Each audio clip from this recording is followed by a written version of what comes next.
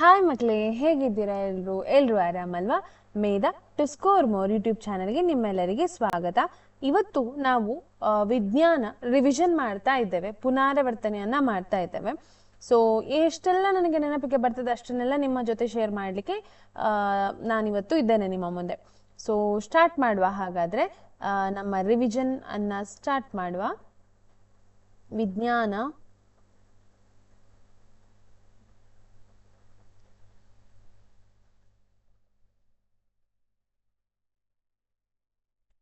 ಪುನರಾವರ್ತನೆ. ಓಕೆ, ವಿಜ್ಞಾನ ಪುನರಾವರ್ತನೆಯಲ್ಲಿ ಇವತ್ತು ಮೊದಲಿಗೆ ನಾವು ಕಲಿಯುವಂತಹದ್ದು, ಅಥವಾ ನನಗೆ ನೆನಪಾಗ್ತದೆ ಅದನ್ನೆಲ್ಲ ನಿಮ್ಮ ಹತ್ರ ಹೇಳ್ತಾ ಹೋಗ್ತೇನೆ ಅಷ್ಟೇ. ಏಕತಳೀಕರಣದ ಬಗ್ಗೆ ಕಲಿಯುವ. ಏಕತಳೀಕರಣ ಅಂದ್ರೆ ಅರ್ಥ ಏನು? ಒಂದೇ ಒಂದು ಗುಣ ಏನಾದ್ರೂ ಅಂದ್ರೆ ಪೇರೆಂಟ್ಸ್ ಇಂದ, ಅಂದ್ರೆ ತಂದೆ ತಾಯಿಯಿಂದ ಒಂದು ಜನರೇಷನ್ ಇಂದ ಇನ್ನೊಂದು ಜನರೇಷನ್ಗೆ ಅಥವಾ ಒಂದು ಎಂತ ಹೇಳ್ತಾರೆ, ಒಂದು ಇದರಿಂದ ಇನ್ನೊಂದು ಇದಕ್ಕೆ ಪಾಸ್ ಆಗುವಂತಹದ್ದು ಏನಾದ್ರೂ ಇದ್ರೆ ಅದನ್ನ ಏಕತಳೀಕರಣ ಅಂತ ಹೇಳ್ತಾರೆ ಅಲ್ವಾ. ಸೊ ಒಂದೇ ಗುಣ, ಇಲ್ಲಿ ಬರುವಂತಹದ್ದು ಸಸ್ಯದ ಉದ್ದ ಅಲ್ವಾ, ಕಾಂಡಗಳ ಬಗ್ಗೆ, ಅಂದ್ರೆ ಒಂದು ಲಕ್ಷಣಕ್ಕೆ ಸಂಬಂಧಿಸಿದಂತಹ ವಿಭಿನ್ನವಾದ ಎರಡು ರೂಪದ ಸಸ್ಯಗಳನ್ನು ಸಂಕರಿಸುವುದನ್ನ ಏಕತಳೀಕರಣ ಅಂತ ಹೇಳ್ತಾರೆ. ಸೊ ಬರಿತೇನೆ ನೋಡಿ, ಒಂದು ಲಕ್ಷಣಕ್ಕೆ ಸಂಬಂಧಿಸಿದಂತೆ, ಒಂದೇ ಒಂದು ಲಕ್ಷಣದ ಬಗ್ಗೆ ಮಾತ್ರ ನಾವಿಲ್ಲಿ ಮಾತಾಡ್ತೇವೆ. ಸೊ ಒಂದು ಲಕ್ಷಣಕ್ಕೆ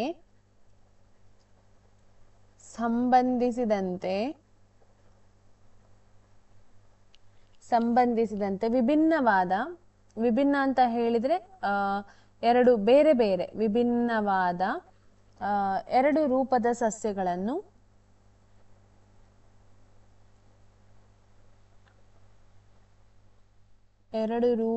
ಸಸ್ಯಗಳನ್ನು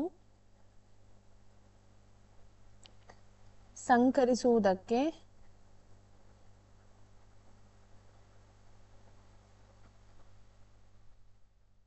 ಏಕತಳೀಕರಣ ಎನ್ನುತ್ತಾರೆ. ಏಕತಳೀಕರಣ ಎನ್ನುವರು. ಇಲ್ಲಿ ನಮಗೆ ಇರುವಂತಹದ್ದು ಕಾಂಡದ ಎತ್ತರದ ಬಗ್ಗೆ, ಲಕ್ಷಣದ ಬಗ್ಗೆ ನಾವು ಮಾತಾಡ್ತಾ ಇದ್ವಲ್ಲ, ಇಲ್ಲಿ ಯಾವ ಲಕ್ಷಣದ ಬಗ್ಗೆ ಮಾತಾಡುದು? ಕಾಂಡದ ಎತ್ತರ, ಒಂದು ಸಸ್ಯದ ಎತ್ತರ ಅಥವಾ ಕಾಂಡದ ಎತ್ತರದ ಬಗ್ಗೆ ಮಾತಾಡ್ತೇವೆ.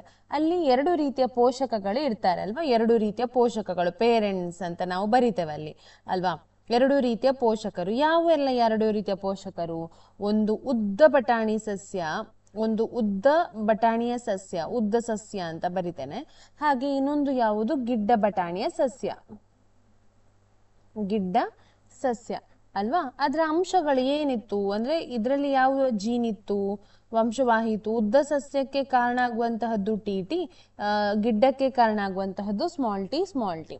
ಇದ್ರಾಗ ಲಿಂಗಾಣುಗಳು ಬಿಡುಗಡೆ ಆಗ್ತದಲ್ವ, ಲಿಂಗಾಣುಗಳು ಯಾವಾಗಲೂ ಎನ್ ನಂಬರ್ ಅಲ್ಲಿ ಇರುವಂತಹದ್ದು. ಎನ್ ಅಂತ ಹೇಳಿದ್ರೆ ಒಂದು ಜೀವಕೋಶದಲ್ಲಿ ಒಂದು ಜೀನಿಗೆ ಅಥವಾ ಒಂದು ಲಕ್ಷಣಕ್ಕೆ ಎರಡು ಜೀನ್ ಕಾರಣ ಆದ್ರೆ ಲಿಂಗಾಣುವಿಗೆ ಬರುವಾಗ ಅಲ್ಲಿಂದ ಒಂದು ಮಾತ್ರ ಬರ್ತದೆ.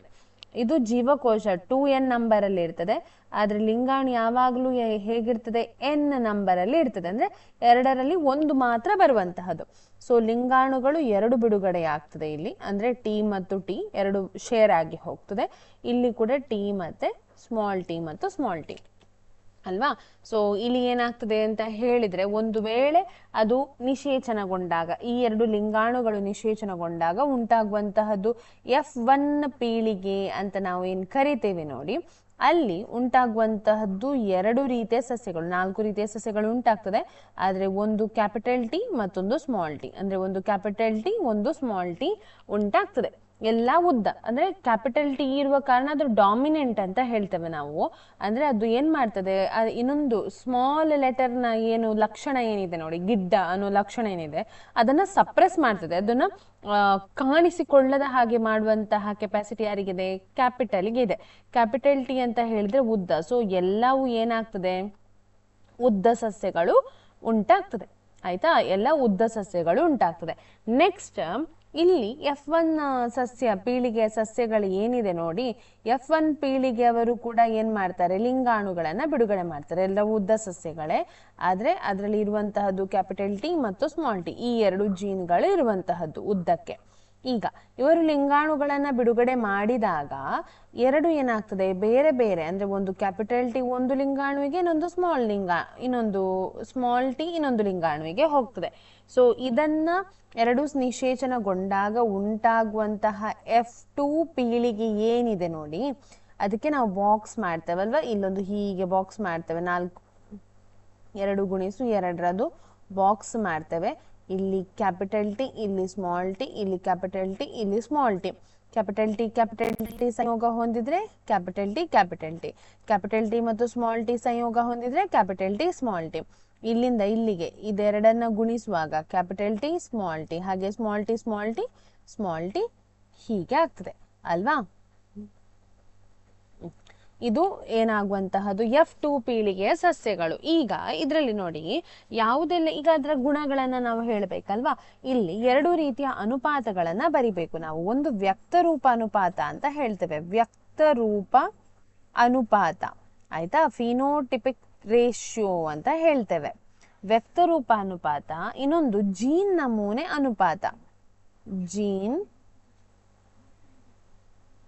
ನಮೂನೆ ಅನುಪಾತ. ಅಂದ್ರೆ ವ್ಯಕ್ತರೂಪ ಅಂತ ಹೇಳಿದ್ರೆ ಮುಖ್ಯವಾಗಿ ಲಕ್ಷಣವನ್ನ ನೋಡುವಂತಹದ್ದು, ಅಂದ್ರೆ ಬರುವಂತಹ ಸಸ್ಯ ಯಾವುದು ಅಂತ ಹೇಳಿ. ಇಲ್ಲಿ ನಾವು ಯಾವ್ದನ್ನ ನೋಡ್ಬೇಕು, ಜೀನ್ ಒಂದೇ ರೀತಿದು ಇದೆಯಾ ಅಂತ ನೋಡುವಂತಹದ್ದು. ನೋಡಿ, ವ್ಯಕ್ತರೂಪ ಅಂತ ಹೇಳಿದ್ರೆ ಇದು ಕ್ಯಾಪಿಟಲ್ ಟಿ ಇರುವ ಕಾರಣ ಇದು ಉದ್ದ ಅಲ್ವಾ, ಇಲ್ಲಿ ಕೂಡ ಕ್ಯಾಪಿಟಲ್ ಟಿ ಇರುವ ಕಾರಣ ಇದು ಉದ್ದ, ಇಲ್ಲಿ ಕ್ಯಾಪಿಟಲ್ ಟಿ ಇರುವ ಕಾರಣ ಇದು ಉದ್ದ. ಆದ್ರೆ ಇಲ್ಲಿ ಸ್ಮಾಲ್ ಟಿ ಇರುವ ಕಾರಣ ಏನಾಯ್ತು, ಗಿಡ್ಡ ಆಯ್ತು. ಹಾಗಾದ್ರೆ ಎಷ್ಟು ಉದ್ದ ಸಸ್ಯಗಳು ಬಂತು, 3 ಉದ್ದ ಸಸ್ಯಗಳು, 1 ಗಿಡ್ಡ ಸಸ್ಯಗಳು. ಇದು ವ್ಯಕ್ತರೂಪ ಅನುಪಾತ ಅಂತ ಹೇಳ್ತೇವೆ. ಆದ್ರೆ ಇಲ್ಲಿ ಜೀನ್ ಅನ್ನು ನೋಡಿ ಅಂತೆ, ಇಲ್ಲಿ ಬೇರೆ ಬೇರೆ ರೀತಿಯ ಜೀನ್ಗಳಿಲ್ಲ. ಒಂದು ಕ್ಯಾಪಿಟಲ್ ಟಿ ಇರುವಂತಹದ್ದು, ಅದು ಒಂದೇ ಸಸ್ಯ ಇರುವಂತಹದ್ದು. ಮತ್ತೊಂದು ಕ್ಯಾಪಿಟಲ್ ಟಿ ಸ್ಮಾಲ್ ಟಿ ಇರುವಂತಹದ್ದು 2 ಸಸ್ಯಗಳಿದೆ. ಹಾಗೆ ಸ್ಮಾಲ್ ಟಿ ಇರುವಂತಹ ಒಂದು ಸಸ್ಯ ಇದೆ. ಸೊ ಇದು ಜೀನ್ ನಮೂನೆ ಅನುಪಾತ ಅಂತ ಹೇಳ್ತೇವೆ. ಆಯ್ತಾ, ಇದು ಗೊತ್ತಿರ್ಬೇಕು ನಿಮಗೆ. ಸೊ ಇದು ಏಕತಳೀಕರಣದ ಬಗ್ಗೆ. ಏಕತಳೀಕರಣ ಅರ್ಥ ಆಯ್ತು ಅಂತ ಹೇಳಿ ನಾನು ಭಾವಿಸ್ತೇನೆ. ಇದು ಈಸಿ ಉಂಟು ಅಲ್ವಾ, ಅದ್ರಲ್ಲಿ ಏನು ಇದಿಲ್ಲ, ಡೌಟ್ ಇಲ್ಲ, ಏಕತಳೀಕರಣ ಈಸಿ ಇದೆ ಅಲ್ವಾ. ನೆಕ್ಸ್ಟ್ ನಾವು ಮಾನವನಲ್ಲಿ ಲಿಂಗ ನಿರ್ಧಾರಕ್ಕೆ ಹೋಗುವ. ಎರಡನೇ ಟಾಪಿಕ್ ಮಾನವರಲ್ಲಿ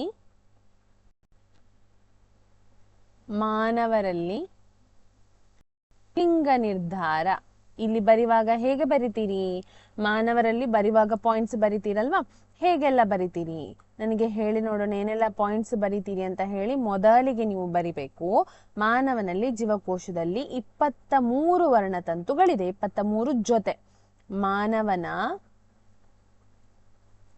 ಆಯ್ತಾ ಜೀವಕೋಶದಲ್ಲಿ 23 ಜೊತೆ ಪೇರ್ ಆಯ್ತಾ ವರ್ಣತಂತುಗಳಿವೆ.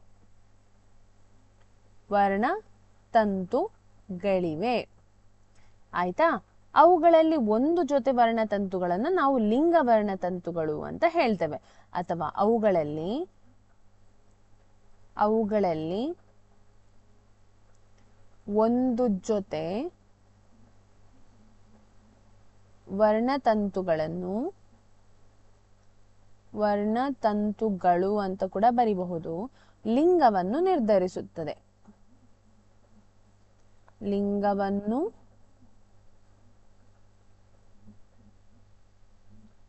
ಒಂದು ನಿಮಿಷ ನಿಮಗೆ ಕಾಣ್ತಾ ಉಂಟಲ್ಲ, ಲಿಂಗವನ್ನು ನಿರ್ಧರಿಸುತ್ತದೆ ಆಯ್ತಾ. ನೆಕ್ಸ್ಟ್ ಏನ್ ಬರಿಬಹುದು, ಪುರುಷರಲ್ಲಿ ಲಿಂಗವನ್ನು ನಿರ್ಧರಿಸುವ ವರ್ಣತಂತುಗಳು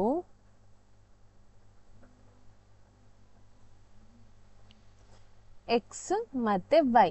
ಹಾಗೆಯೇ ಮಹಿಳೆಯರಲ್ಲಿ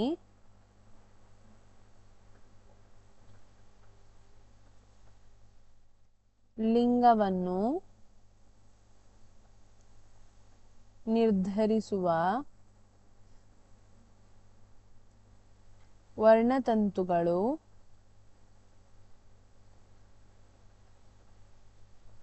ಎಕ್ಸ್ ಎಕ್ಸ್ ಒಂದೇ ಜೊತೆ ಇರ್ತದೆ. ಅಂದ್ರೆ ಲಿಂಗವರ್ಣ ತಂತುಗಳು ಅಂತ ಏನು ಹೇಳ್ತೇವೆ ನೋಡಿ, ಅದು 23 ಅಂದ್ರೆ 22 ಜೊತೆ ಪ್ಲಸ್ 1 ಜೊತೆ ಅಂತ ನಾವು ಹೇಳ್ತೇವೆ. ಅದು ಪುರುಷರಲ್ಲಿ ಬೇರೆ ಬೇರೆ ಇರ್ತದೆ. ಅಂದ್ರೆ ಅದು ಮಹಿಳೆಯರಲ್ಲಿ ಒಂದೇ ಲೆಕ್ಕ ಇರ್ತದೆ. ಅದು ಹೀಗಿದ್ರೆ ಒಂದೇ ಶೇಪ್ ಒಂದೇ ಸೈಜ್ ಇರ್ತದೆ. ಆದ್ರೆ ಇದು ಮಹಿಳೆಯರಲ್ಲಿರುವಂತದ್ದು ಎಕ್ಸ್ ಎಕ್ಸ್. ಆದ್ರೆ ಪುರುಷರಲ್ಲಿ ಹೇಗಿರ್ತದೆ ಅಂತ ಹೇಳಿದ್ರೆ ಒಂದು ದೊಡ್ಡದಿದ್ರೆ ಮತ್ತೊಂದು ಸಣ್ಣದು ಸ್ವಲ್ಪ ಬಾಗಿರುವಂತಹದ್ದು. ಇದು ಪುರುಷರಲ್ಲಿ ಇರುವಂತಹ ವರ್ಣ ತಂತುಗಳು. ಆಯ್ತಾ? ಸೊ ಇದು ಬೇರೆ ಬೇರೆ ರೀತಿ. ಇದು ಎಕ್ಸ್ ಆದ್ರೆ ಇದನ್ನ ಸಣ್ಣದನ್ನ ನಾವೇನಂತ ಕರಿತೇವೆ, ವೈ ಅಂತ ಕರಿತೇವೆ. ಈಗ ಪುರುಷರು ಏನಾಗ್ತದೆ, ಈಗ ಪೋಷಕರಲ್ವಾ, ಪೋಷಕರಲ್ಲಿ 2 ರೀತಿಯ ವರ್ಣತಂತುಗಳಿದೆ, ಗಂಡು ಮತ್ತು ಹೆಣ್ಣು ಅಲ್ವಾ. ಗಂಡು ಮತ್ತೆ ಹೆಣ್ಣು, ನಾನು ಇಲ್ಲೇ ಬರಿತೇನೆ, ಗಂಡು ಮತ್ತು ಹೆಣ್ಣು. ಅವರಲ್ಲಿರುವ ಲಿಂಗಾಣುಗಳು ಹೇಗಿರ್ತದೆ, ಲಿಂಗಾಣುಗಳು ಹೇಗಂತ ಹೇಳಿದ್ರೆ ಗಂಡಿನಲ್ಲಿ ಎಕ್ಸ್ ಮತ್ತೆ ಯಾವುದು ವೈ ಲಿಂಗಾಣು ಅಲ್ವಾ, ಹೆಣ್ಣಿನಲ್ಲಿ ಎಕ್ಸ್ ಲಿಂಗಾಣು ಮತ್ತೆ ಎಕ್ಸ್ ಲಿಂಗಾಣುಗಳು. ಇದು ನಿಷೇಚನ ಹೊಂದಿದಾಗ ಏನಾಗ್ತದೆ, ಎಕ್ಸ್ ಮತ್ತು ಎಕ್ಸ್ ಹೊಂದಿದ್ರೆ ಅದು ಹೆಣ್ಣಾಗ್ತದೆ, ಅಥವಾ ಎಕ್ಸ್ ಮತ್ತು ಎಕ್ಸ್ ಹೊಂದಿದ್ರೆ ಅದು ಹೆಣ್ಣಾಗ್ತದೆ. ಹಾಗೆ ವೈ ಮತ್ತು ಎಕ್ಸ್ ಮತ್ತು ವೈ ಮತ್ತು ಎಕ್ಸ್ ಹೊಂದಿದ್ರೆ ಗಂಡಾಗಿ ಹುಟ್ಟುತ್ತದೆ. ಅದರ ಅರ್ಥ ಏನು, 2:2 ಅಂದರೆ 1:1, 50% ಮಾತ್ರ ಚಾನ್ಸ್ ಇರುವಂತಹದ್ದು.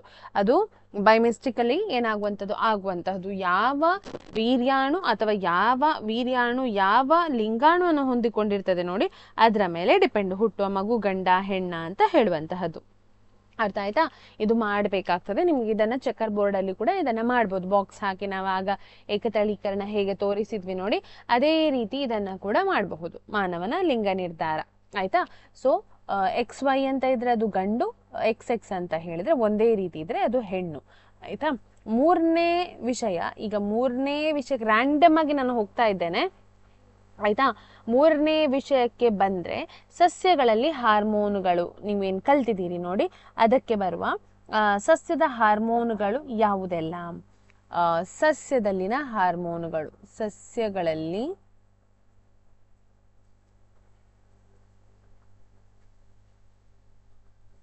ಹಾರ್ಮೋನುಗಳು. ಆಯ್ತಾ? ಸಸ್ಯದ ಹಾರ್ಮೋನುಗಳು ಯಾವುದೆಲ್ಲ ಅಂತ ಹೇಳಿ ನೋಡುದಾದ್ರೆ ಯಾವುದೆಲ್ಲ ಇದೆ ನಿಮ್ಗೆ ಗೊತ್ತುಂಟಲ್ಲ, ಹೇಳಿ ನೋಡೋಣ ಯಾವುದೆಲ್ಲ ಇದೆ.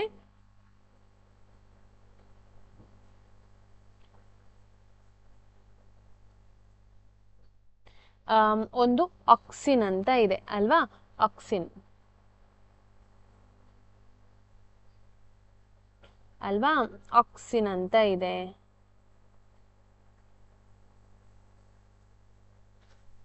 ಆಕ್ಸಿನ್ ಬರಿತೇನೆ ನಾನಿಲ್ಲಿ. ಆಕ್ಸಿನ್ ನ ಕಾರ್ಯ ಏನು? ಆಕ್ಸಿನ್ ಅಂತ ಸೆಲ್ ಇಲಾಂಗೇಶನ್ ಅಂತ ನಾವು ಹೇಳ್ತೇವೆ. ಅಂದ್ರೆ ಇದಾಗ್ತದೆ, ಜೀವಕೋಶ ಉದ್ದವಾಗಿ ಬೆಳೆಯಲು ಸಹಾಯಕ. ಜೀವಕೋಶಗಳು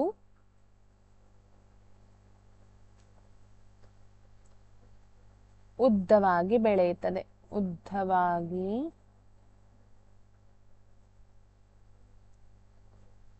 ಬೆಳೆಯಲು ಅದೇನ್ ಮಾಡ್ತದೆ, ಸಹಕರಿಸ್ತದೆ. ಆಯ್ತಾ? ಸಸ್ಯಗಳಲ್ಲಿ ಅದು ಅಷ್ಟು ಸಹಕರಿಸ್ತದೆ. ಮತ್ತೆ ದ್ಯುತಿ ಅನುವರ್ತನೆಗೆ ಸಹಾಯಕ. ದ್ಯುತಿ ಅನುವರ್ತನೆಗೆ ಅಂದ್ರೆ ಏನು, ದ್ಯುತಿ ಅನುವರ್ತನೆ ಅಂದ್ರೆ ಏನು ನೆನಪುಂಟ? ದ್ಯುತಿ ಅನುವರ್ತನೆಗೆ ಸಹಾಯಕ.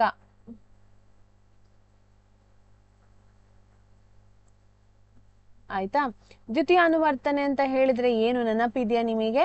ಏನಂತ ಹೇಳಿದ್ರೆ, ಈಗ ಇಲ್ಲಿ ಸೂರ್ಯ, ಇಲ್ಲಿ ಎಲ್ಲ ಮರ ಇದೆ ಆಯ್ತಾ, ಒಂದು ಗಿಡ ಬೆಳಿತಾ ಉಂಟು, ಅಲ್ಲಿ ಒಂದು ಹತ್ರದಲ್ಲೇ ಏನಿದೆ ಅಂತ ಹೇಳಿದ್ರೆ ಸೂರ್ಯ ಇದ್ದಾನೆ. ಆಯ್ತಾ? ಇಲ್ಲಿ ಸೂರ್ಯ ಇದ್ದಾನೆ. ಈ ಗಿಡಕ್ಕೆ ಏನಾಗ್ತದೆ ಅಂತ ಹೇಳಿದ್ರೆ ಅಡ್ಡ ಮರ ಇದೆ. ಆಯ್ತಾ? ಇಲ್ಲೊಂದು ಅಡ್ಡ ಮರ ಇದೆ. ಈಗ ಸೂರ್ಯನ ಸುತ್ತ ಅದು ಬಾಗ್ಬೇಕಲ್ವಾ, ಆಗ ಒಂದು ಯಾವ ಕಡೆಯಲ್ಲಿ ನೋಡಿ, ಇದು ಇದನ್ನ ಸೂರ್ಯನಿಗೆ ಮುಖ ಮಾಡಿದ ಒಂದು ಫೇಸ್, ಅಂದ್ರೆ ಸೂರ್ಯನಿಗೆ ಮುಖ ಮಾಡಿದ ಒಂದು ಭಾಗ ಅಲ್ವಾ. ಸೊ ಸೂರ್ಯನ ಮುಖ ಮಾಡಿದ ಭಾಗದಲ್ಲಿಂದ ಇನ್ನೊಂದು ಬದಿ ಇದೆ ಅಲ್ವಾ, ಅದರ ಆಪೋಸಿಟ್ ಬದಿ, ವಿರುದ್ಧ ದಿಕ್ಕಿನಲ್ಲಿ ಉಂಟಲ್ಲ, ಅಲ್ಲಿ ಏನಾಗ್ತದೆ ಅಂತ ಹೇಳಿದ್ರೆ ಇಲ್ಲಿ ಆಕ್ಸಿನುಗಳು ಜಾಸ್ತಿ ಬಿಡುಗಡೆ ಆಗ್ತದೆ ಈ ಭಾಗದಲ್ಲಿ. ಆಕ್ಸಿನ್ ಬಿಡುಗಡೆ ಜಾಸ್ತಿ ಆಗ್ತದೆ, ಮತ್ತದು ಸೂರ್ಯ ಇದ್ದ ಕಡೆಗೆ ಏನಾಗ್ತದೆ, ತಿರುಗುತ್ತದೆ. ಸೊ ಇದಕ್ಕೆ ಹೇಳುವಂತಹದ್ದು ದ್ಯುತಿ ಅನುವರ್ತನೆ ಅಂತ ಹೇಳಿ. ಅನುವರ್ತನೆ, ದ್ಯುತಿ ಅಂತ ಹೇಳಿದ್ರೆ ಬೆಳಕು, ನಿಮ್ಗೆ ಗೊತ್ತಿದೆ ಅದು ಅಲ್ವಾ. ಸೊ ಅನುವರ್ತನೆ ಅಂದ್ರೆ ಏನು, ಅದಕ್ಕೆ ಸೂರ್ಯನಿಗೆ ಮುಖ ಮಾಡಿಯುವಂತಹದ್ದು. ಸೊ ಅದಕ್ಕೆ ಸಹಕಾರಿಯಾಗಿದೆ ಯಾವುದು, ಆಕ್ಸಿನ್. ಆಯ್ತಾ.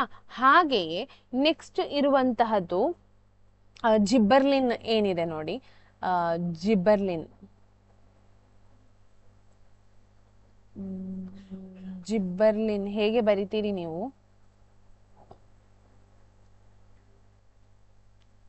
ಜಿಬ್ಬರ್ಲಿನ್ ಏನಿದೆ ಇದು ಸ್ಟೆಮ್ ಇಲಾಂಗೇಶನ್ ಅಥವಾ ಸೀಡ್ ಜರ್ಮಿನೇಷನ್ಗೆ ಸಹಾಯ ಮಾಡುವಂತಹದ್ದು. ಸ್ಟೆಮ್ ಇಲಾಂಗೇಶನ್ ಅಂದ್ರೆ ಅಗಲ ಹೆಚ್ಚಾಗ್ತದೆ, ಒಂದು ಕಾಂಡದ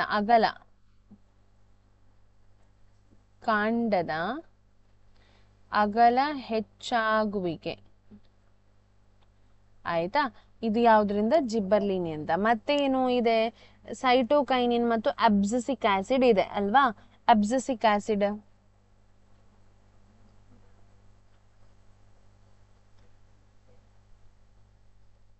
ಅಬ್ಸಿಸಿಕ್ ಆಮ್ಲ.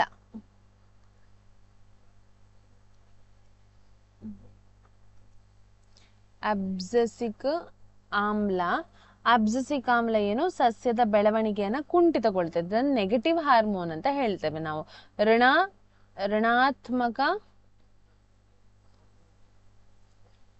ಋಣಾತ್ಮಕ ಹಾರ್ಮೋನ್ ಇದು. ಯಾಕೆ ಇದು ಸಸ್ಯದ, ಯಾಕೆ ಹೇಳ್ತಾರೆ ಇದನ್ನ, ಸಸ್ಯದ ಬೆಳವಣಿಗೆಯನ್ನು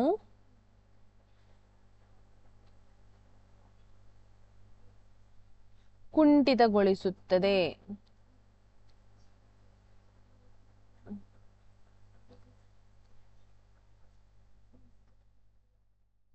ಮತ್ತೆ ಇನ್ನೊಂದಿದೆ ಅಲ್ವಾ, ಏನದು, ಸೈಟೋಕೈನಿನ್ ಅನ್ನೋ ಒಂದು ಹಾರ್ಮೋನು ಇದೆ. ಸೈಟೋಕೈನಿನ್ ಅಂತ ಹೇಳ್ತೇವೆ ನಾವು. ಸೈಟೋಕೈನಿನ್.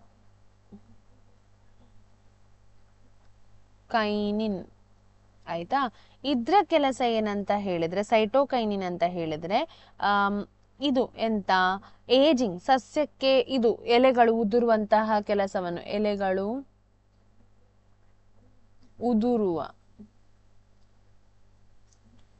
ಉದುರುವಿಕೆಗೆ ಏನಾಗ್ತದೆ, ಸಹಕಾರಿಯಾಗಿದೆ.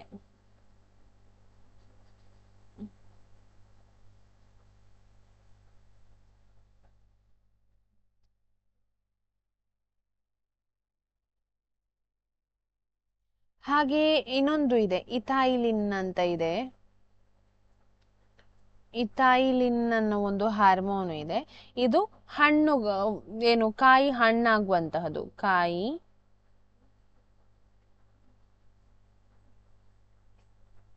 ಹಣ್ಣಾಗುವಿಕೆಗೆ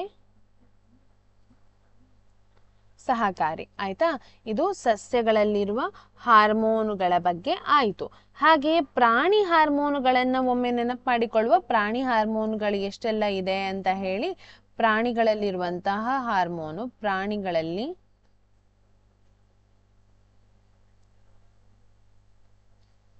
ಹಾರ್ಮೋನು.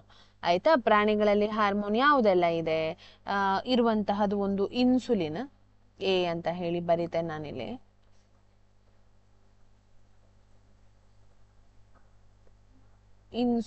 ಇನ್ಸುಲಿನ್ನ ಕೆಲಸ ಏನು, ದೇಹದಲ್ಲಿ ಸಕ್ಕರೆಯ ಪ್ರಮಾಣವನ್ನು ನಿಯಂತ್ರಿಸುವಂತಹದ್ದು. ದೇಹದಲ್ಲಿ ಸಕ್ಕರೆಯ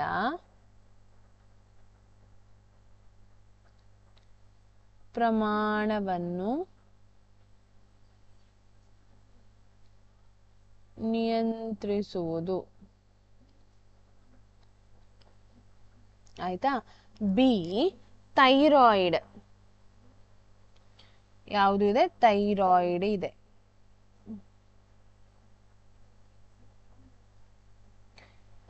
ಯಾವುದು, ಕಾರ್ಬೋಹೈಡ್ರೇಟು ಅಂದ್ರೆ ಪಿಷ್ಟ, ಪ್ರೋಟೀನು, ಕೊಬ್ಬಿನ ಜೀರ್ಣಕ್ರಿಯೆಯಲ್ಲಿ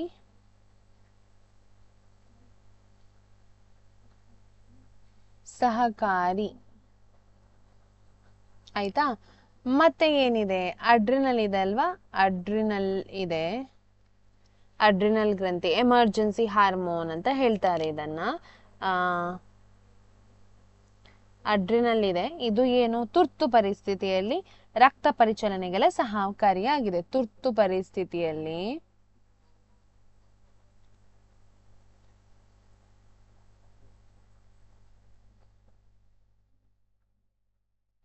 ರಕ್ತ ಪರಿಚಲನೆಗೆ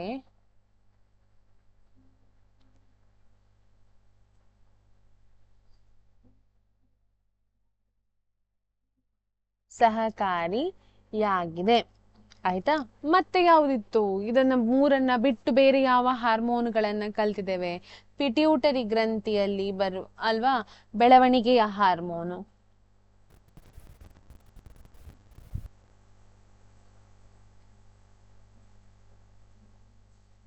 ಬೆಳವಣಿಗೆಯ ಹಾರ್ಮೋನು ಇದು ಬೆಳವಣಿಗೆಗೆ ಸಹಕಾರಿಯಾಗಿದೆ.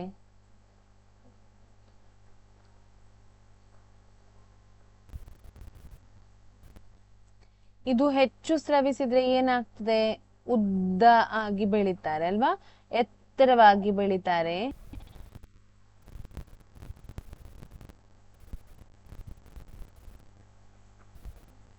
ಅದೇ ಕಡಿಮೆ ಸ್ರವಿಸಿದ್ರೆ ಏನಾಗ್ತದೆ? ಕುಬ್ಜ ಆಗಿ ಬೆಳೀತಾರೆ.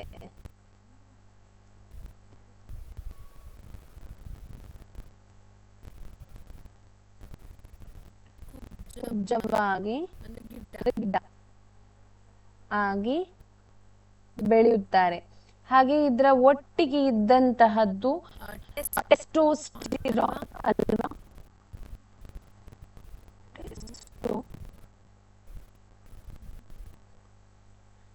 ಪುರುಷರಲ್ಲಿ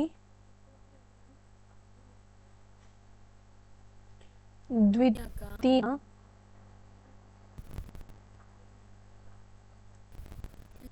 ಲೈಂಗಿಕ ಬೆಳವಣಿಗೆಗೆ ಸಹಕಾರಿ ಅಲ್ವಾ? ಹಾಗೆ ಈಸ್ಟ್ರೋಜನ್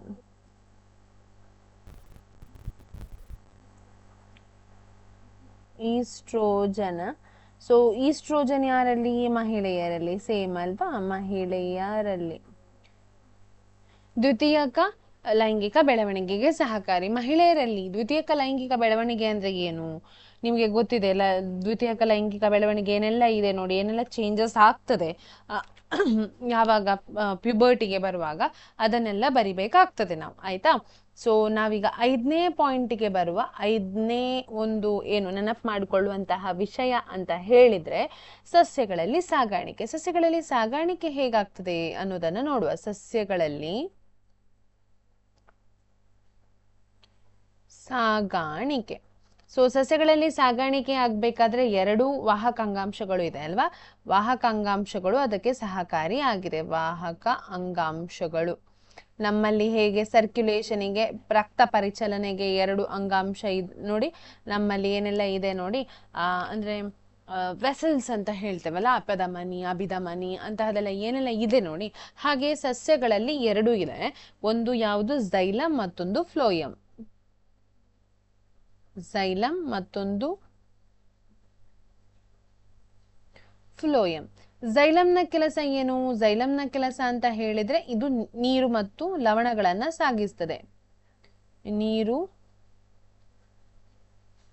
ಲವಣಗಳ ಸಾಗಾಣಿಕೆ. ಇದು ಯಾವುದನ್ನ ಸಾಗಿಸ್ತದೆ? ಆಹಾರವನ್ನು ಸಾಗಿಸ್ತದೆ.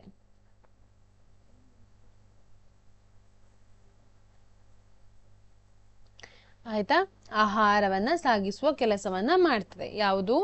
ಝೈಲಮ್. ಮತ್ತು ಇದು ಏಕಮುಖಿ. ಯಾವುದು ಏಕಮುಖಿ? ಝೈಲಮ್ ಅನ್ನೋದು ಏಕಮುಖಿ, ಕೆಳಗಿನಿಂದ ಮೇಲೆ ಮಾತ್ರ ಹೋಗುವಂತಹದ್ದು. ಸೊ ಝೈಲಮ್ ಅನ್ನೋದು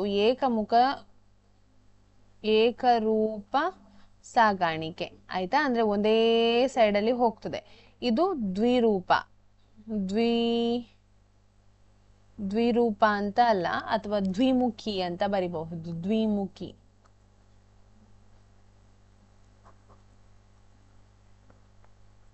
ಇದು ಏಕಮುಖ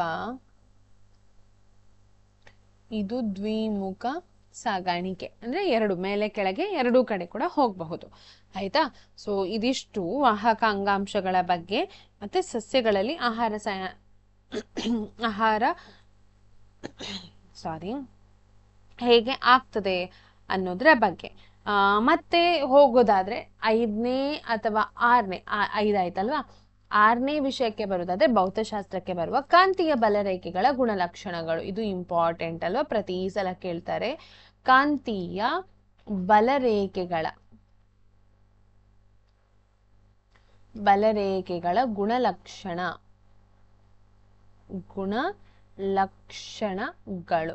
ಕಾಂತೀಯ ಬಲರೇಖೆಗಳ ಗುಣಲಕ್ಷಣಕ್ಕೆ ಹೋಗುವ ಮುಂಚೆ ನಾನೊಂದು ಕಾಂತೀಯ ಬಲರೇಖೆಗಳು ಹೇಗಿರ್ತದೆ ಅನ್ನೋದನ್ನ ನಿಮ್ಗೆ ತೋರಿಸ್ತೇನೆ ನೋಡಿ.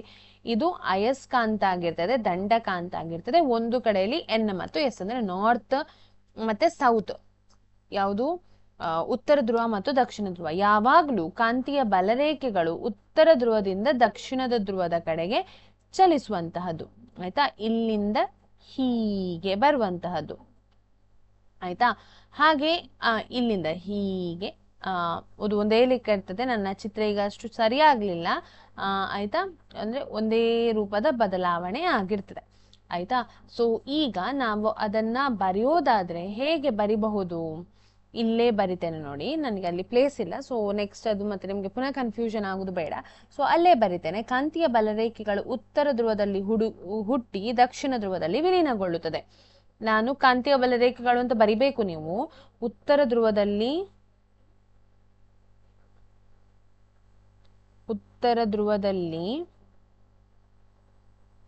ಹುಟ್ಟಿ ದಕ್ಷಿಣ ಧ್ರುವದಲ್ಲಿ ವಿಲೀನಗೊಳ್ಳುತ್ತದೆ.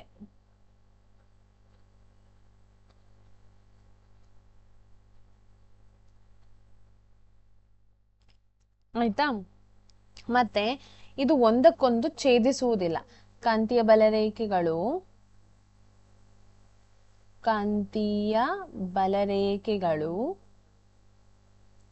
ಒಂದಕ್ಕೊಂದು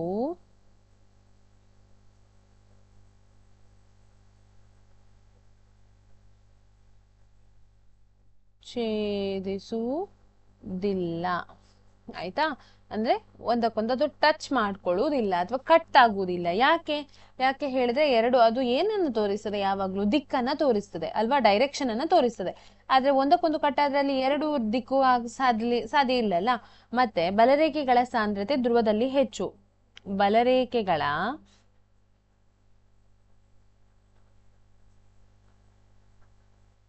ಸಾಂದ್ರತೆ ಧ್ರುವಗಳಲ್ಲಿ ಹೆಚ್ಚು. ಹಾಗೆಯೇ 4ನೇದು ಏನಂತ ಹೇಳಿದ್ರೆ, ಇದು ಆವೃತ ಜಾಲವಾಗಿದೆ ಅಂತ ಹೇಳಿ ಬರಿಬಹುದು. ಇದು ಚಂದ ಮಾಡಿ ಬರೀರಿ. ಆವೃತ ಜಾಲವಾಗಿದೆ ಅಂತ ಹೇಳಿ ಬರಿಬಹುದು. ಅಂದ್ರೆ ಕರ್ವ್ಡ್ ಶೇಪ್ ಅಲ್ಲಿ ಇದೆ ಅಂತ ಹೇಳಿ ಅರ್ಥ ಆವೃತ ಜಾಲ. ಮತ್ತೆ ಆಗ ಹೇಳಿದ ಹಾಗೆ ಒಂದಕ್ಕೊಂದು ಛೇದಿಸುವುದಿಲ್ಲ. ಯಾಕೆ? ನೋಡಿ, ಇಲ್ಲಿಂದ ಹೋಗುವಾಗ ಇನ್ನೊಂದು ಹೀಗೆ ಹೋಗುದಿಲ್ಲ. ಯಾಕೆ ಹೇಳಿದ್ರೆ, ನೀವು ಇಲ್ಲಿ ಕಂಪಾಸ್ ಇಟ್ರೆ ಅದು ಎರಡು ದಿಕ್ಕನ್ನ ತೋರಿಸ್ಬೇಕು. ಎರಡು ದಿಕ್ಕು ಒಂದೇ ಕಾಂತಕ್ಕೆ ಅಥವಾ ಒಂದು ಪಾಯಿಂಟ್ಗೆ ಎರಡು ದಿಕ್ಕಿರ್ಲಿಕ್ಕೆ ಸಾಧ್ಯವೇ ಇಲ್ಲ ಅಲ್ವಾ. ಸೊ ಅದಕ್ಕೋಸ್ಕರ ಅದು ಏನ್ ಮಾಡ್ತದೆ ಅಂತ ಹೇಳಿದ್ರೆ, ಅಂದ್ರೆ ಛೇದಿಸುವುದಕ್ಕೆ ಸಾಧ್ಯ ಇಲ್ಲ ಅಂತ ಅರ್ಥ ಅದ್ರದ್ದು. ಆಯ್ತಾ? ಸೊ ಕಾಂತೀಯ ಬಲರೇಖೆಗಳ ಬಗ್ಗೆ ಕಲ್ತ್ವಿ. ಇದೊಂದು ಇಂಪಾರ್ಟೆಂಟ್ ಕಾನ್ಸೆಪ್ಟ್. ಹಾಗೆಯೇ ನಾವೀಗ ಮುಂದಕ್ಕೆ ಬರೋದಾದ್ರೆ ನೀವು ಏನ್ ಕಲ್ತಿದ್ದೀರಿ, ಬೇರೆ ಏನ್ ಕಲ್ತಿದ್ದೀರಿ, ನಂಗೆ ಏನ್ ನೆನಪಾಗ್ತದೆ ಅದನ್ನ ಹೇಳ್ತೇನೆ. ನೆಕ್ಸ್ಟ್ ಅಡುಗೆ ಸೋಡದ ಬಗ್ಗೆ ಕಲಿಯುವ. ಅಡುಗೆ ಸೋಡಾ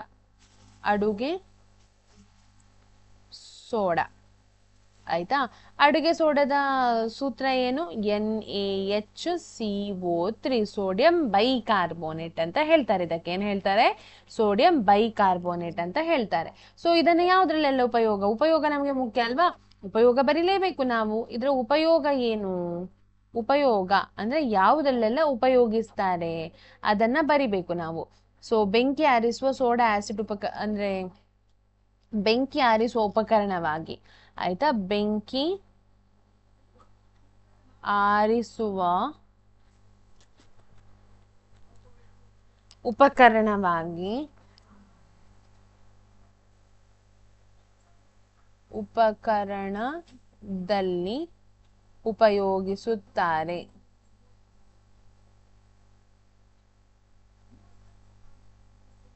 ಆಯ್ತಾ? ಮತ್ತೆ ಎಲ್ಲಿ ಉಪಯೋಗಿಸ್ತಾರೆ? ಅಡಿಗೆಗೆ ಉಪಯೋಗಿಸ್ತಾರಾ? ಅಡಿಗೆ ಸೋಡಾ ಹೆಸರಲ್ಲೇ ಇದೆ ಅಲ್ವಾ? ಸೊ ಬೇಕಿಂಗ್ ಪುಡಿ ತಯಾರಿಕೆಯಲ್ಲಿ ಉಪಯೋಗಿಸ್ತಾರೆ. ಬೇಕಿಂಗ್ ಪುಡಿ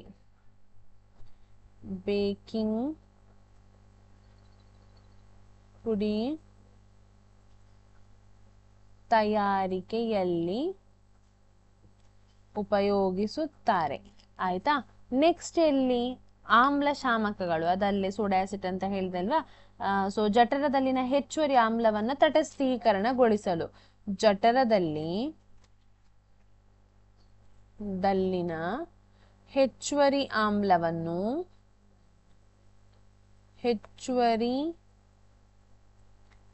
ಆಮ್ಲವನ್ನು ತಟಸ್ಥೀಕರಣಗೊಳಿಸಲು, ಅಂದ್ರೆ ನೀವು ಈನೋ ಎಲ್ಲ ತಗೊಳ್ತೀರಲ್ವಾ, ತಟಸ್ಥೀಕರಣಗೊಳಿಸಲು.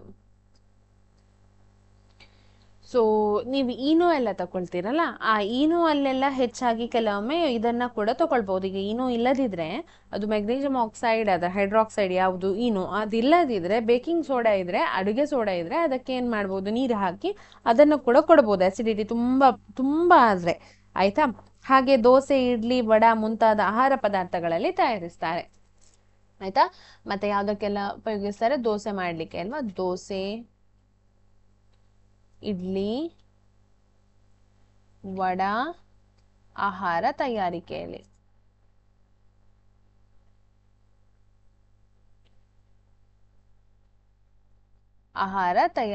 ಯಾವುದನ್ನು ಉಪಯೋಗಿಸ್ತಾರೆ? ಅಡಿಗೆ ಸೋಡವನ್ನ ಉಪಯೋಗಿಸ್ತಾರೆ. ಓಕೆ, ಈಗ ನಾವು 8ನೇ ಟಾಪಿಕ್ಕಿಗೆ ಬರುವ. ಅಂದ್ರೆ ಇಷ್ಟು ಕಲ್ತಾಯ್ತು, ಇದು ಕಲ್ತದನ್ನ ನೆನಪು ಮಾಡಿಕೊಳ್ಳಿ, ನಿಮ್ಗೆ ನೀವೇ ಹೇಳ್ಕೊಳ್ಳಿ. ಆಯ್ತಾ? ಅಡಿಗೆ ಸೋಡಾ ಯಾವ್ದಕ್ಕೆಲ್ಲ ಉಪಯೋಗಿಸ್ತಾರೆ ಅಂತ ಹೇಳಿ ಗೊತ್ತಾಯ್ತಲ್ವಾ? ಈಗ ಚೆಲುವೆ ಪುಡಿಯನ್ನ ಯಾವ್ದಕ್ಕೆ ಉಪಯೋಗಿಸ್ತಾರೆ? ಚೆಲುವೆ ಪುಡಿ ಅಂದ್ರೆ ಏನು? ಚೆಲುವೆ ಪುಡಿ ಅಂತ ಹೇಳಿದ್ರೆ ವಾಷಿಂಗ್ ಪೌಡರ್ ಏನ್ ಹೇಳ್ತೇವೆ ನೋಡಿ, ಅದಕ್ಕೆ ನಾವು ಕನ್ನಡದಲ್ಲಿ ಚೆಲುವೆ ಪುಡಿ ಅಂತ ಹೇಳ್ತಾರೆ. ಅದರ ಸೂತ್ರ ಏನು? CaOCl2, calcium oxychloride. ಆಯ್ತಾ? ಏನು? ಕ್ಯಾಲ್ಸಿಯಂ ಆಕ್ಸಿಕ್ಲೋರೈಡ್ ಅನ್ನೋದು ಅದರ ಹೆಸರು, CaOCl2. ಇದನ್ನ ಯಾವ್ದ್ರಲ್ಲಿ ಉಪಯೋಗಿಸ್ತಾರೆ ಅಂತ ಹೇಳಿದ್ರೆ, ಈಜುಕೊಳದ ಶುದ್ಧೀಕರಣದಲ್ಲಿ ಉಪಯೋಗಿಸ್ತಾರೆ. ಇದನ್ನ ಬ್ಲೀಚಿಂಗ್ ಪೌಡರ್ ಆಗಿ ಉಪಯೋಗಿಸ್ತಾರೆ. ಆಯ್ತಾ? ಸಾರಿ, ಬ್ಲೀಚಿಂಗ್ ಪೌಡರ್ ಇದು ಈಜುಕೊಳಗಳ ಶುದ್ಧೀಕರಣ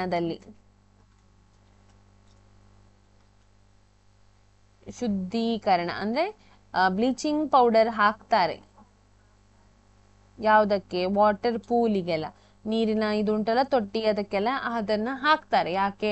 ಅಲ್ಲಿ ಪಾಚಿ ಬೆಳಿಬಾರ್ದು ಅನ್ನೋ ಕಾರಣಕ್ಕೆ. ಕುಡಿಯುವ ನೀರನ್ನ ಕ್ರಿಮಿ ಮುಕ್ತಗೊಳಿಸಲು ಕುಡಿಯುವ ನೀರಿಗೂ ಕೂಡ ಹಾಕ್ತಾರೆ. ಕುಡಿಯುವ ನೀರನ್ನು ಕ್ರಿಮಿ ಮುಕ್ತಗೊಳಿಸಲು. ಆಯ್ತಾ? ನೆಕ್ಸ್ಟ್ ಯಾವ್ದಕ್ಕೆ ಹಾಕ್ತಾರೆ ಅಂತ ಹೇಳಿದ್ರೆ, ಕಾಗದದ ಕಾರ್ಖಾನೆಗಳಲ್ಲಿ ಮರದ ತಿರುಳಿಗೆ ಬಿಳುಪು ನೀಡಲು. ಆಕ್ಚುಲಿ ಅದರಲ್ಲಿ ಸೆಲ್ಯುಲೋಸ್ ಅನ್ನೋ ಒಂದು ಇದಿರ್ತದೆ. ಆಯ್ತಾ? ಕಾರ್ಬೋಹೈಡ್ರೇಟ್ ಇರ್ತದೆ. ಸೊ ಅದು ಹಳದಿ ಬಣ್ಣ ಕೊಡ್ತದೆ ಪೇಪರಿಗೆ. ಸೊ ಆ ಪೇಪರ್ನ ಹಳದಿ ಬಣ್ಣವನ್ನ ತೆಗಿಲಿಕ್ಕೆ, ಆಯ್ತಾ, ಏನನ್ನ ಉಪಯೋಗಿಸ್ತಾರೆ? ಚೆಲುವೆ ಪುಡಿಯನ್ನು ಉಪಯೋಗಿಸ್ತಾರೆ. ಅದಕ್ಕೆ ಬ್ಲೀಚ್ ಮಾಡ್ತಾರೆ ಆ ಬಣ್ಣವನ್ನ. ಸೊ ಮರದ ತಿರುಳಿಗೆ ಬಿಳುಪು ನೀಡಲು.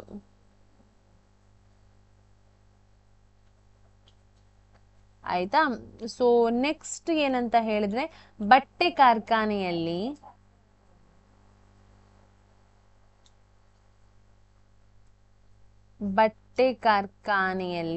ಹತ್ತಿ ಮತ್ತು ನಾರಿಗೆ ಬಿಳುಪು ನೀಡಲು. ನಾರು ಏನೆಲ್ಲ ಇರ್ತದೆ ನೋಡಿ, ಅದು ಹಳದಿ ಇರ್ತದೆ, ಅದರಲ್ಲೆಲ್ಲ ಸೆಲ್ಯುಲೋಸ್ ಇರ್ತದೆ. ಸೊ ಅದಕ್ಕೆಲ್ಲ ಬಿಳುಪು ನೀಡಲು ಕೂಡ ಇದನ್ನ ಯಾವುದನ್ನು ಉಪಯೋಗಿಸ್ತಾರೆ? ಚೆಲುವೆ ಪುಡಿಯನ್ನ ಉಪಯೋಗಿಸ್ತಾರೆ. ಓಕೆ, ಈಗ ನಾವು ನೆಕ್ಸ್ಟ್ ವಿದ್ಯುತ್ ವಾಹಕ ಅವಲಂಬಿಸಿರುವ ಅಂಶಗಳು ಯಾವುದೆಲ್ಲ ಅಂತ ಹೇಳಿ ನೋಡೋಣ. ಮ್ಯಾಥ್ಸ್ ಏನ್ ಫಿಸಿಕ್ಸ್ಗೆ ಬರ್ತಾ ಇದ್ದೇವೆ ನಾವು.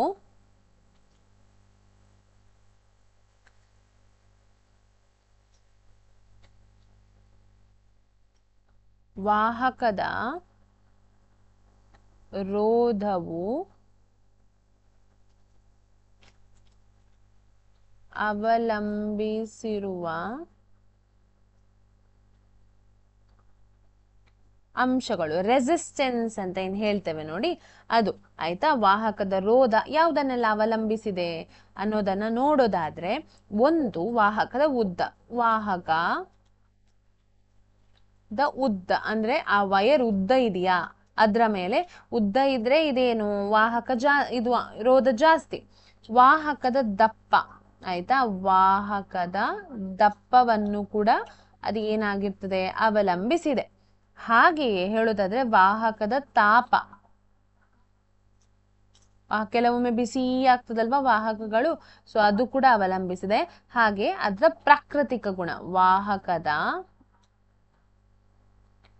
ಪ್ರಾಕೃತಿಕ.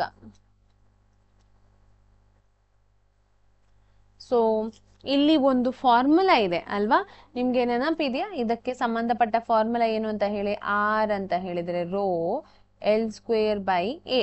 ಈ ಫಾರ್ಮುಲಾದ ಮೂಲಕ ನಮ್ಗೆ ಹೇಳ್ಬಹುದು. L ಅಂತ ಹೇಳಿದ್ರೆ ಲೆಂತ್, ರೋಧ ಜಾಸ್ತಿ ಅಂದ್ರೆ ವಾಹಕದ ಉದ್ದ ಜಾಸ್ತಿ ಆದಂತೆ ರೋಧ ಜಾಸ್ತಿ, ವಾಹಕದ ಉದ್ದ ಕಡಿಮೆ ಆದಂತೆ ರೋಧ ಕಡಿಮೆ. ಹಾಗೆ ವಾಹಕದ ಇದೇನಿದೆ ದಪ್ಪ ಏನಿದೆ ಏರಿಯಾ, ಅದು ಇದು ಇನ್ವರ್ಸ್ಲಿ ವಿಲೋಮ. ಅಂದ್ರೆ ವಾಹಕದ ದಪ್ಪ ಹೆಚ್ಚಾದಂತೆ ವಾಹಕ ಕಡಿಮೆ ಆಗ್ತಾ ಹೋಗ್ತದೆ, ವಾಹಕದ ದಪ್ಪ ಕಡಿಮೆ ಆಗ್ತಾ ಇದ್ದಂತೆ ವಾಹಕ ಏನಾಗ್ತಾ ಹೋಗ್ತದೆ, ಹೆಚ್ಚಾಗ್ತಾ ಹೋಗ್ತದೆ. ಉಲ್ಟಾ ಅದೆರಡು. ಆಯ್ತಾ? ಸೊ ಅದು 9ನೇ ಒಂದು ಪಾಯಿಂಟ್ ಆಗ್ತದೆ. ನೆಕ್ಸ್ಟ್ ಏನಂತ ಹೇಳಿದ್ರೆ, ನೆಕ್ಸ್ಟ್ ಗರ್ಭ ನಿರೋಧಕತೆಯ ವಿವಿಧ ವಿಧಾನಗಳು ಯಾವುದೆಲ್ಲ ಅಂತ ಹೇಳಿ ನೋಡೋದನ್ನ. ಗರ್ಭ ನಿರೋಧಕತೆಯ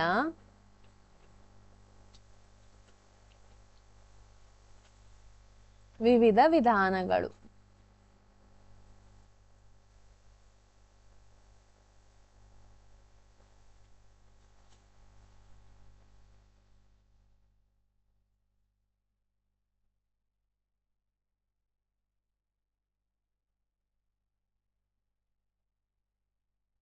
ಆಯ್ತಾ? ಯಾವುದೆಲ್ಲ ವಿಧಾನಗಳು ಇದೆ ಅಂತ ಹೇಳಿ ನೋಡೋದಾದ್ರೆ, ಒಂದು ಕಾಂಡಮ್ ಮತ್ತು ಯೋನಿ ಚೀಲವನ್ನ ಧರಿಸುವಂತಹದ್ದು.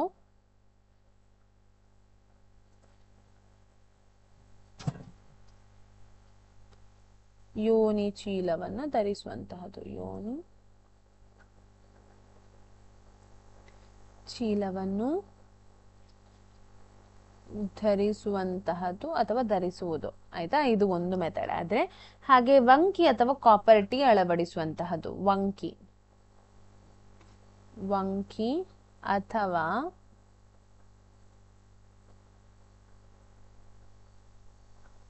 ಕಾಪರ್ ಟೀಯ ಬಳಕೆ.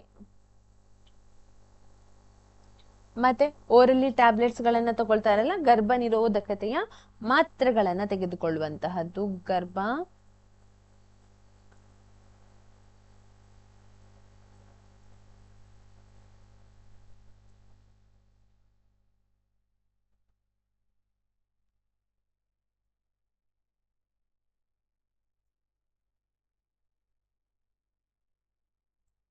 ಸೊ ಇಷ್ಟಾದ ನಂತರ ಮತ್ತೆ ಏನಿದೆ, ಪುರುಷರಲ್ಲಿ ವಾಸೆಕ್ಟಮಿ ಅಥವಾ ಮಹಿಳೆಯರಲ್ಲಿ ಟ್ಯೂಬೆಕ್ಟಮಿ ಶಸ್ತ್ರಚಿಕಿತ್ಸೆ.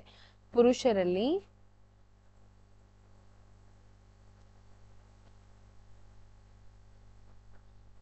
ವಾಸೆಕ್ಟಮಿ ಅಥವಾ ವ್ಯಾಸೆಕ್ಟಮಿ ಮತ್ತು ಮಹಿಳೆಯರಲ್ಲಿ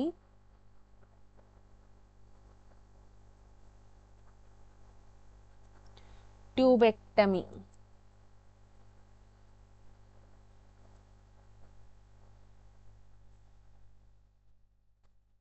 ಶಸ್ತ್ರಚಿಕಿತ್ಸೆ ಅದು.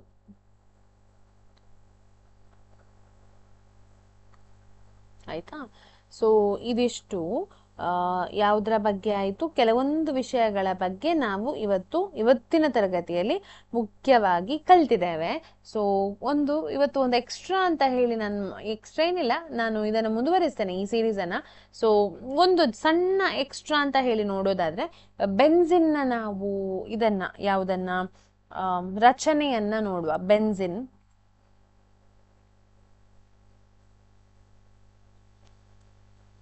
ಆಯ್ತಾ, ಬೆನ್ಸಿನನ್ನ ಹೇಗೆ ಬಿಡಿಸುವಂತಹದ್ದು ಅಂತ ಹೇಳಿ. ಅದಕ್ಕೆ C6 ಅದು H6 ಆಯ್ತಾ. 6 ಕಾರ್ಬನ್ ಇರಬೇಕು ಮತ್ತೆ 6 ಹೈಡ್ರೋಜನ್ ಇರಬೇಕು. 6 ಕಾರ್ಬನ್ ಅಂತ ಹೇಳಿದ್ರೆ ಯಾವ ಶೇಪ್, ಹೆಕ್ಸಗೊನಲ್ ಶೇಪ್ ಅಲ್ವಾ, ಈ ರೀತಿ ಇರ್ತದೆ ಅದು ಆಯ್ತಾ. ಮತ್ತೆ ಪ್ರತಿಯೊಂದು ಕಾರ್ಬನ್ ಕೂಡ ಯಾವುದನ್ನ ಹೊಂದಿರ್ತದೆ, ಹೈಡ್ರೋಜನ್ ಅನ್ನ ಹೊಂದಿರ್ತದೆ. ಇದೊಂದು ನೆನಪಿರ್ಲಿ, ಪ್ರತಿಯೊಂದು ಕಾರ್ಬನ್ ಕೂಡ ಹೈಡ್ರೋಜನ್ ಅನ್ನ ಹೊಂದಿರ್ತದೆ. ಈಗ ಒಳಗೆ ನೀವು ಡ್ಯಾಶ್, ಇನ್ನೊಂದು ಕಡೆ ಡ್ಯಾಶ್ ಹಾಕ್ಬೇಕು, ಡಬಲ್ ಬಾಂಡ್ ಅನ್ನ ತೋರಿಸ್ಬೇಕು. ಹೇಗೆ ತೋರಿಸ್ತೀರಾ ಅಂತ ಹೇಳಿದ್ರೆ, ಒಂದು ಜಾಗ ಬಿಟ್ಟು ಇನ್ನೊಂದು ಕಡೆ ಹಾಕೋದು, ಒಂದು ಜಾಗ ಬಿಟ್ಟು ಇನ್ನೊಂದು ಕಡೆ ಹಾಕುವಂಥದ್ದು. ಇದು ಬೆನ್ಸಿನ್ ನ ರಚನೆ ಆಯ್ತಾ. ಯಾವುದರ ರಚನೆ ಇದು, ಬೆನ್ಸಿನ್ ನ ರಚನೆ. ಹಾಗೆಯೇ ಸೈಕ್ಲೋಹೆಕ್ಸೇನ್ ನ ರಚನೆಯನ್ನ ನೋಡುವ. ಸೈಕ್ಲೋಹೆಕ್ಸೇನ್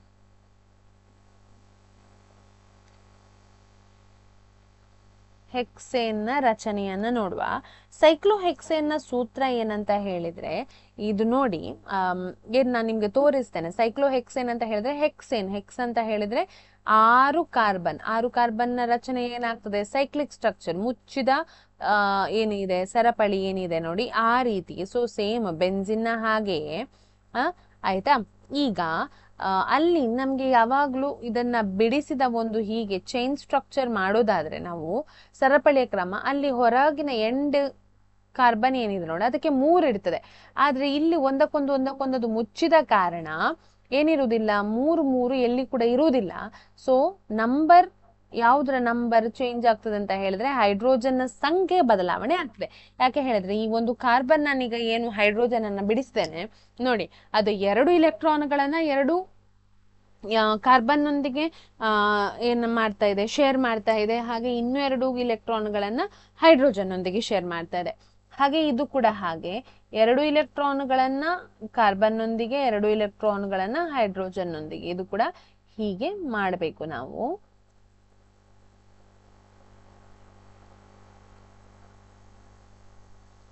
ಇದು ಸೈಕ್ಲೋಹೆಕ್ಸೇನ್ ನ ಒಂದು ರಚನೆ ಆಯ್ತಾ. ಸೈಕ್ಲೋಹೆಕ್ಸೀನ್ ಅನ್ನ ಬರುವಂತದ್ದು ಹೀಗೆ. ಹಾಗೆಯೇ ಚುಕ್ಕಿ ವಿನ್ಯಾಸ ಏನಿದೆ ನೋಡಿ, ಅದನ್ನು ಒಂದು ಮಾಡುವ. ಮತ್ತೆ ನಾನು ನಿಮ್ಮನ್ನು ಸಾಕು, ಇವತ್ತಿನ ಒಂದು ಕ್ಲಾಸನ್ನ ಮುಗಿಸುವ ನಾವು. ಸೊ 12 ಆಯ್ತು. 13ನೇ ವಿಚಾರ ಅಂತ ಹೇಳಿದ್ರೆ ಮೀಥೇನ್ನ ಚುಕ್ಕಿ ರಚನೆ ಅಥವಾ ಚುಕ್ಕಿ ವಿನ್ಯಾಸ. ಮೀಥೇನ್ನ ಸೂತ್ರ ಹೇಗೆ, CH4. ಸೊ ಮಧ್ಯದಲ್ಲಿ C ಆಯ್ತಾ.